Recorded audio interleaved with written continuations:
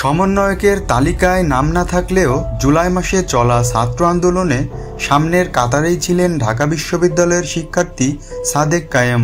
তালিকায় নাম থাকা সমন্বয়কদের সঙ্গে আন্দোলনের বিভিন্ন ছবিতেও তাকে দেখা গেছে। আলোচনা আছে উপদেষ্টা পরিষদের শপথ অনুষ্ঠানে বঙ্গভবনে উপস্থিত ছিলেন এই সাদেক কায়েম। ছাত্র জনতার বৈষম্য বিরোধী আন্দোলন সফল হওয়ার প্রায় 2 মাস পর এবার নিজের রাজনৈতিক পরিচয় প্রকাশ্যে এনেছেন আলোচিত সাদেক। শনিবার 21 সেপ্টেম্বর নিজের ফেসবুক আইডিতে স্ট্যাটাস দিয়ে তিনি জানিয়েছেন তিনি ঢাকা বিশ্ববিদ্যালয় শাখা ইসলামী ছাত্র শিবিরের সভাপতি। সাদেক কায়েমের এই পরিচয় প্রকাশের পর থেকে সামাজিক যোগাযোগ মাধ্যমগুলোতে চলছে নানা আলোচনা সমালোচনার ঝড়।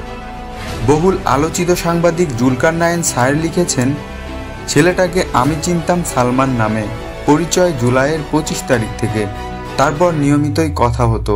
হঠাৎ সালমানের শিবির পরিচয়ে অবাকই হয়েছেন জুলকার নাইন। তিনি লেখেন, সালমানের প্রকৃত নাম সাদেক কায়েম এবং তার রাজনৈতিক পরিচয় সে ঢাকা বিশ্ববিদ্যালয় শিবিরের সভাপতি। অবশ্যই অবাক হয়েছি, বেশ অবাক হয়েছি।